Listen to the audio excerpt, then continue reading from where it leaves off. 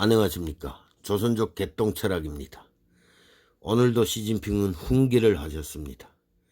사회주의 사상을 연구하고 관철하기 위하여 민주생활특별회의를 열었고, 여기서 시진핑은 이와 같은 말을 했습니다.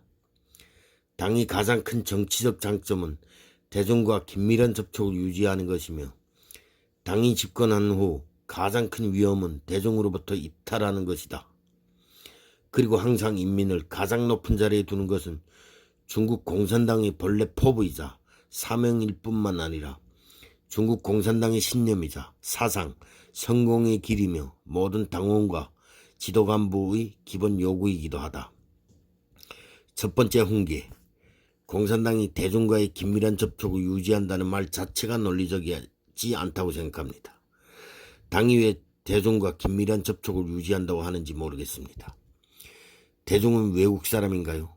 대중과의 대칭적 관계를 형성하려고 하지는 않고 비대칭적 관계에서 긴밀한 접촉만 한다는 것이 아닌가요?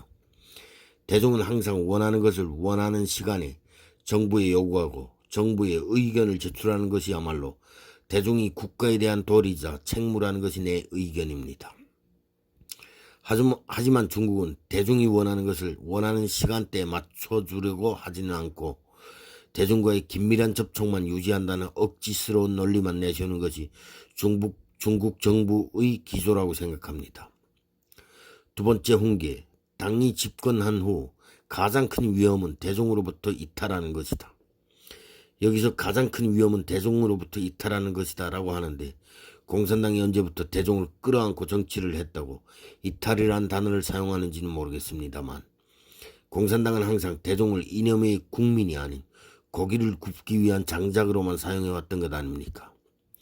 무릇 국가란 국민에 의한, 국민을 위한, 국민만을 생각하면서 국민이 편의만을 구심점으로 정치를 해야 한다는 것이 맞다는 내 의견입니다만, 중국은 국민이라는 말 자체를 공산당 일당 독재, 황홀함의 비단길을 가로막을 것이라고 해서 인민이라는 전체적인 개념을 이상적이라고 조장해서 사람들을 쇠뇌시키고 중국이라는 문맹률 후진국을 전 세계에 각인시키는 짓거리들을 해왔던 것 아닙니까? 일단 인민이라는 개념은 세상 아무 곳에나 뿌리내리고 자랄 수 있는 잡초처럼 조직에 구속되지 않는 자유로운 무리 집단을 비유하는 개념이라는 것이 내 주관적인 의견입니다. 그럼 왜서 공산당은 대중으로부터 이탈하는 것이 당이 집권 후 가장 큰 위험이라고 말했을까요? 그것은 중국인들이 문맹률이 낮다는 것을 중국 지도층들도 알고 있기 때문에 스스로 생각하고 판단하는 지성이 없다고 단정짓고, 우리는 인민들과 떨어질 수 없는 끈끈한 집단체라고 중국인들이 호소하는 척 뉘앙스를 부리는 것이라고 생각합니다.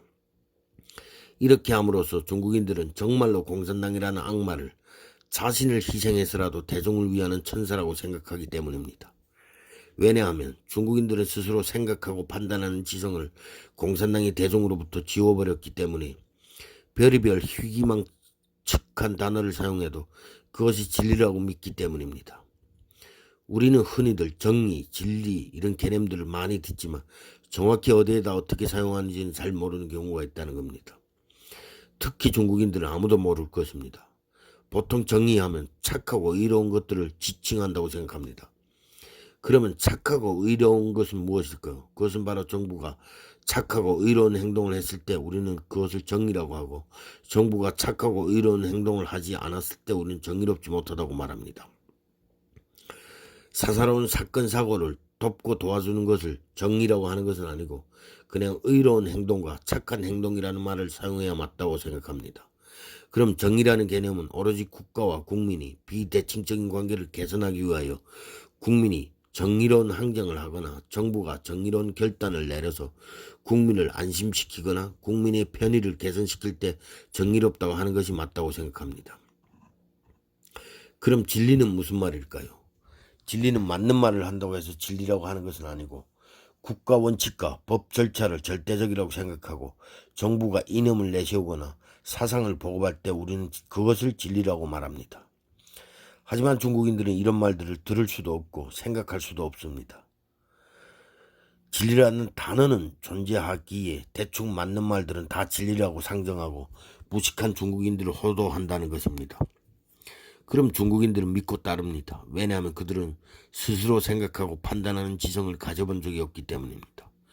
문맹률이 50% 이상이기 때문에 인간으로서 가져야 하는 자기만의 주장과 원칙을 세울 줄 모르고 오로지 고집과 아집만을 내세우고 누가 뭐라 하든 들으려고 하지 않고 반박만 하려는 비이성적인 말과 행동을 고집한다고 보면 됩니다.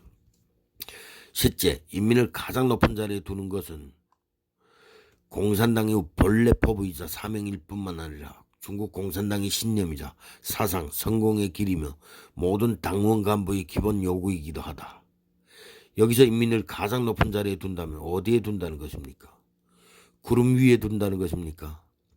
무슨 말 같지도 않은 소리 하는지 모르겠습니다. 스스로 생각하고 판단하는 지성이 존재하지 않는 인민들을 호도하고 사기치려고 이런 얼토당토한 말을 하는 것은 아닙니까? 인민을 가장 높은 자리에 두는 것이 아니라 인민에게 가장 강력한 투표권을 주고 항상 당을 감시하고 견제하게끔 하여야 인민을 가장 높은 자리에 둔다고 생각합니다. 말로만 높은 자리에 두면 뭐합니까?